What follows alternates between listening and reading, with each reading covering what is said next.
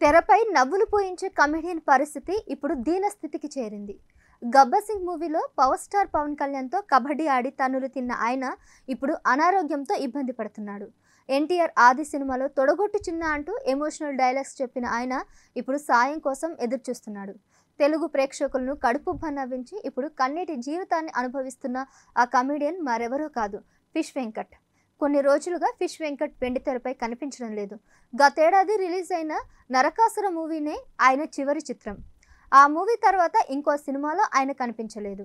Telugu film ఇండస్ట్రీలో comedy విలన్గా క్రేజ్ను సొంతం చేసుకున్న ఫిష్ వెంకట్ హైదరాబాద్లోనే పుట్టి పెరిగారు. 2000 సంవత్సరంలో సమ్మక్క సారక్క మూవీ రిలీజ్ అయింది. ఆ మూవీతో తన సినీ కెరియర్ను స్టార్ట్ చేసిన ఫిష్ వెంకట్ ఇప్పటి వరకు చాలా సినిమాల్లో నటించారు.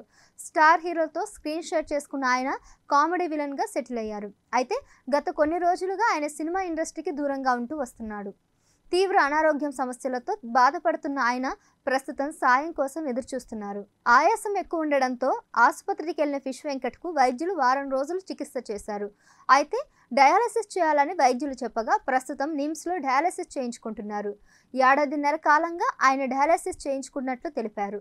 4 ఏళ్లకు ముందు కాలికి చిన్న గాయం అవ్వగా అదే టైంలోనే బీపీ, షుగర్ కూడా ఎక్కువయ్యాయి. కాలు మొత్తం ఇన్ఫెక్షన్కు గురైతే వైద్యులు ఆపరేషన్ చేశారు. అప్పటి నుంచి ఫిష్ వెంకట్ పరిస్థితి దారుణంగా తయారైంది. ప్రస్తుతం 2 కిడ్నీలు ఫెయిల్ అవ్వడంతో ఫిష్ వెంకట్ ఇంటికే పరిమితమయ్యారు. అనారోగ్యం వల్ల తనకు సినిమా ఛాన్సులు వచ్చినా వెళ్ళలేకపోతున్నానని, డబ్బులు లేక గాంధీ ఆసుపత్రిలో వైద్యం చేయించుకుంటున్నానని ఫిష్ వెంకట్ కంటతడి పెట్టుకున్నారు. తన కుటుంబం గడవడానికి చాలా కష్టంగా ఉందని, తనకు సాయం చేసి ఆదుకోవాలని ఫిష్ వెంకట్ కోరుతున్నాడు.